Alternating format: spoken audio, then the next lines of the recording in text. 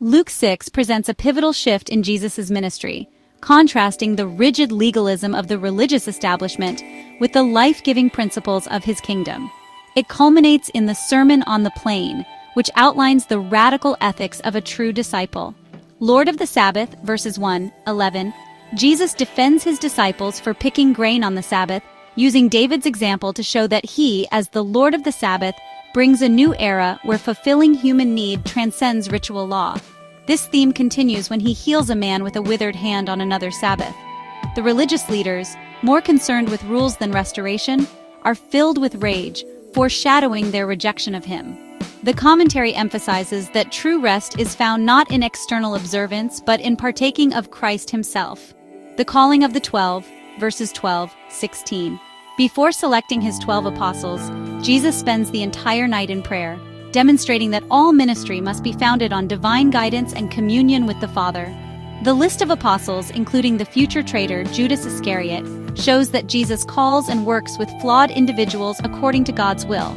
The Sermon on the Plain, verses 17-49. To a great crowd of disciples and people, Jesus delivers a profound sermon that establishes the values of his kingdom. The Great Reversal, verses 20-26.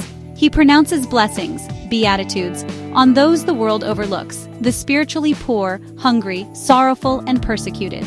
Their reward is not earthly comfort but the present and future reality of God's kingdom. Conversely, he pronounces woes on the self-satisfied and wealthy who find their ultimate comfort and approval in this world alone.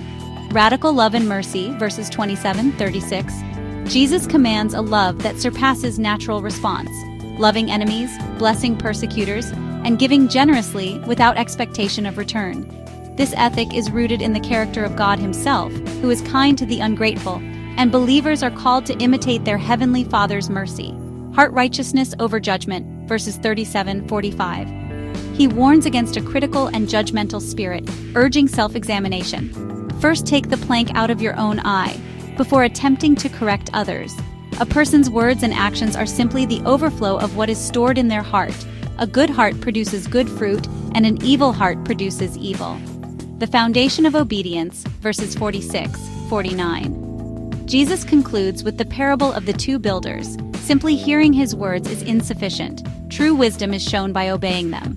Those who obey build a life on a solid rock foundation that can withstand all of life's storms, while those who hear but do not obey build on sand, guaranteeing catastrophic collapse.